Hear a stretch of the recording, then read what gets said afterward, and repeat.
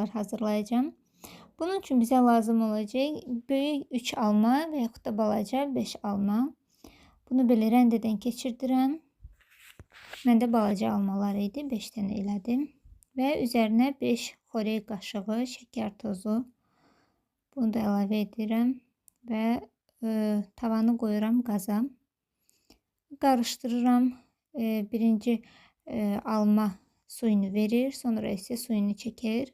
Baxın, belə suyu da çəkiləndən sonra zövqə görə, yəni əgər istəsəz darçın, biraz darçın əlavə eləyin və 2-3 xörək qaşığı çəkilmiş qoz, fındıq, doğranmış da ola bilər və yaxud da heç nə qatmayıb adi sadə elə almanı da saxlaya bilərsiniz.